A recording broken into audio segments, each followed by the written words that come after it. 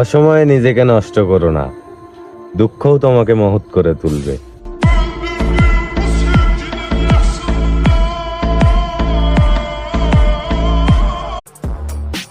মেয়ে লয়াল হইতে হইব, সুন্দর তো হিজড়াও হয়।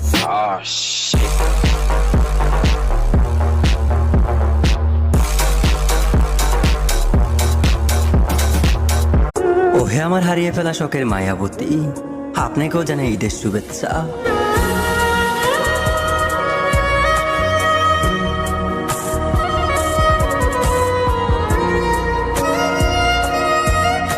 তোয়ারে পাই গেলে আর জীবন গান ধন্য হয়ে যাই।